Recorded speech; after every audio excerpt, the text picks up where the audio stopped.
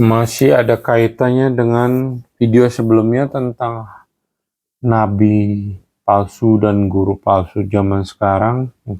Yang saya katakan di video sebelumnya kan mereka seperti ahli Taurat atau kaum Farisi ya. Ternyata terlintas lagi di pikiran saya Matius 23 ayat 23. Saya buka ulang dan saya baca kembali.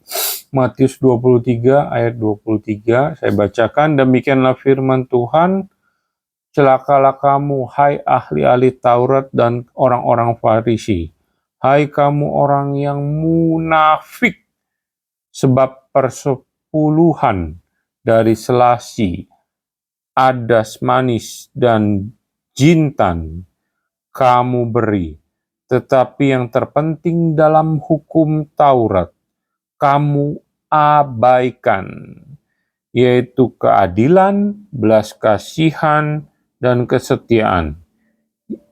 Yang satu harus dilakukan dan yang lain jangan kau abaikan.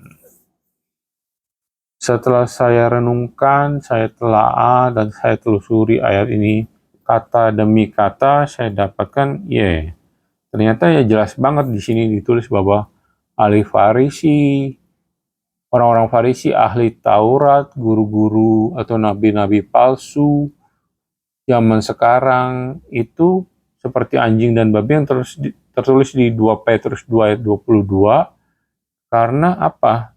Karena orang-orang ini munafik. Muka nabi, pikiran kotor. Mulut nabi, pikiran kotor. Mulutnya aja ngomongnya baik. Pikiran dan niat hatinya mah busuk gitu kan. Sebab persepuluhan dari selasi, adas manis dan jintan kamu beri, tetapi yang terpenting dari hukum Taurat kamu abaikan. Berarti ya mereka hanya memberi untuk show of flexing. Ya itulah ciri-ciri dari nabi-nabi palsu, dari guru-guru palsu. Setelah saya merenungi, saya memikirkan ulang, saya baca kembali ayat ini kata per kata, yaitu ciri-ciri dari kesamaan mereka, ahli Taurat, orang-orang Farisi, nabi-nabi palsu, guru-guru palsu zaman sekarang. Dan yang jelas adalah mereka mengabaikan. Abai itu kan seperti video yang sebelumnya saya jelaskan bahwa abai itu lawan kata dari cinta. Lawan kata dari cinta kasih itu bukan benci, tapi lawan kata atau atau apa ya, lawan kata itu pokoknya lawan kata lah. Perbedaan jelas antara cinta dan bukan cinta itu adalah cinta itu peduli, sedangkan bukan cinta itu mengabaikan. Jadi lawan dari cinta itu abai. Itulah yang mereka lakukan. Mereka mengabaikan ketiga hal ini yang pokok, yaitu kasih, keadilan, dan kesetiaan. Kasih, keadilan, dan kesetiaan.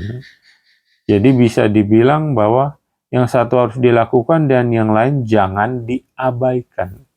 Jadi jelas ya, dari sini setelah saya renungkan, saya baca ulang apa yang menjadi ciri-ciri dari ahli Taurat, dari orang-orang Farisi, dari nabi dan guru-guru palsu, nabi palsu dan guru-guru palsu, sampai zaman sekarang pun bisa dilihat bahwa pertama, mereka itu munafik.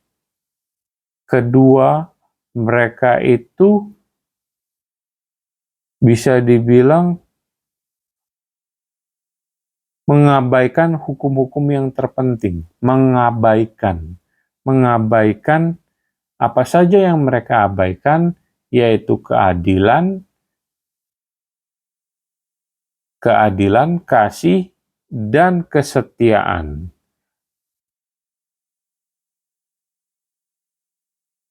Itu saja yang saya dapat. Jadi Kalau misalnya bagi Anda yang di luar sana sedang tersesat, pertobat-pertobat baru, jiwa-jiwa baru yang diajak-ajak aja terus ditelantarkan karena mungkin berbagai macam lah, karena tidak ikut misi mereka, tidak ikut program mereka, tidak ikut program gereja mereka, ya ingat saja bisa dikategorikan bahwa mereka itu nabi-nabi palsu dan guru-guru palsu. Dan di sini dijelaskan dengan sangat jelas di Matius 23 ayat yang ke-23. Matius pasal 23 ayat 23 sangat mudah diingat.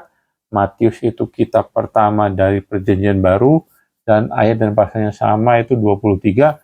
Dari sini apa yang saya dapat bahwa di Matius 23 ayat 23 ciri-ciri dari ahli-ahli Taurat, orang-orang Farisi, nabi palsu, guru palsu, bahkan sampai zaman sekarang adalah mereka itu munafik, muka nabi, pikiran kotor. Munafik, mulutnya nabi, pikirannya kotor. Mulutnya doang manis, pikirannya mah modus gitu kan.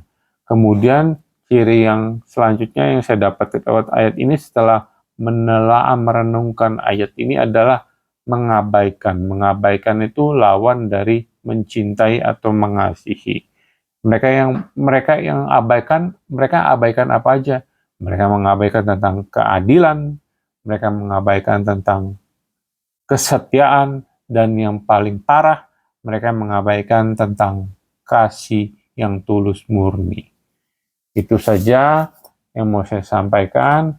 Semoga sharing video ini membantu dan membuka wawasan bagaimana cara menghadapi nabi-nabi palsu dan guru-guru palsu di zaman sekarang ini, pada saat kita berkomunitas, pada saat kita bergereja. Semoga membantu. Silakan share jikalau dirasa membantu. Terima kasih.